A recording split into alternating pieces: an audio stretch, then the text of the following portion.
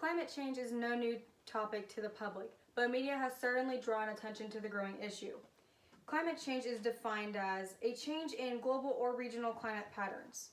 I believe that it is important I share this information with others in hopes that I will educate them and inspire them to make a difference. Climate change first made headline news about 30 years ago, but since then humans have put in little to no effort to make a difference. As a child, I always dreamed of growing up and starting a family, but as I got older, I realized that things weren't as perfect as they had seemed. I realized that my children wouldn't grow up to see the beautiful mountains I saw, the pure waters, or the wildlife. Like many generations before ours, I believe that it is pivotal we do everything in our power to conserve the earth.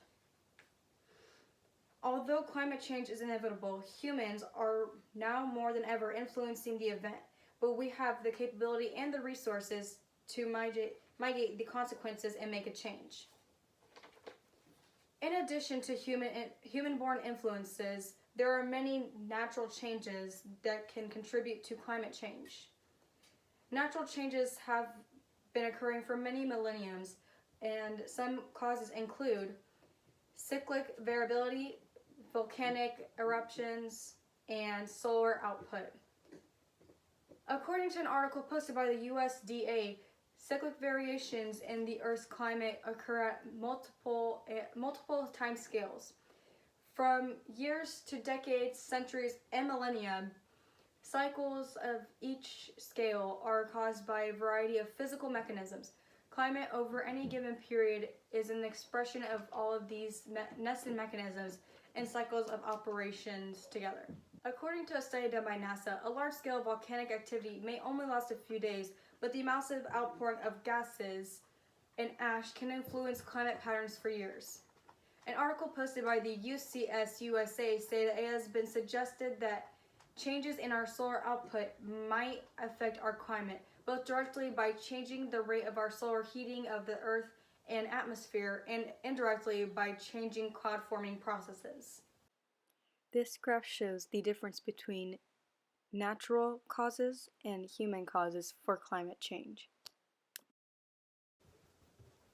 Although natural changes are still occurring, their influence isn't nearly as strong as human influence. Records showed that warming, particularly in the mid-20th century, is occurring faster than ever before. Greenhouse gases, or GHG, is the leading cause of Earth's rapidly changing climate. Greenhouse gas plays an important role in keeping our planet warm enough to inhabit. Unfortunately, the amount of gases in our atmosphere has increased immensely in recent decades. The burning of fossil fuels such as coal, oil, and gas for electricity, heating, and/or transportation is the main source of human-generated emissions. Another major source is deforestation, which releases hidden carbon into the air. It is estimated that by logging, fires, and other forms of forest degradation contributes up to 20% of global carbon emissions.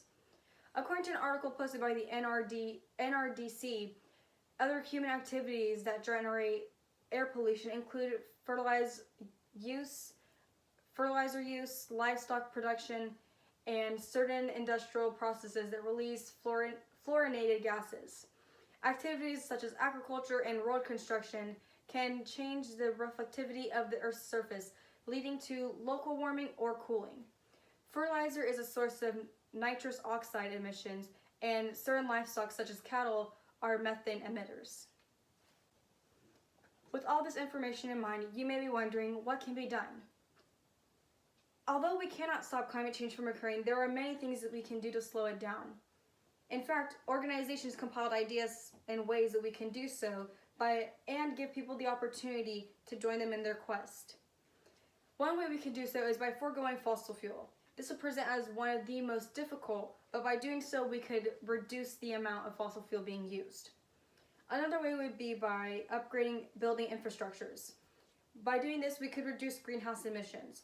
Buildings currently worldwide contribute to 1/3 of all greenhouse gas emissions. Another way we could do so is by reducing the amount of trees we cut down. Whether it be legal or not, there should be a limit on how much we can cut, and there should be stricter laws set up to stop illegal deforestation. Lastly, we should find smarter ways of transportation and products of energy. Solar panels are one of the many smart ways to power electricity. In conclusion, climate change is a part of our everyday lives, and our planet is slowly deteriorating. I believe if enough people gather, we can make a change and slow down climate change and preserve our planet. Climate change effects are unforeseeable, but if humans find a smarter means for electricity, heating, and transportation, we can cut down human-generated emissions, and if we place stricter laws, we can decrease the amount of illegal logging and increase our supply of oxygen.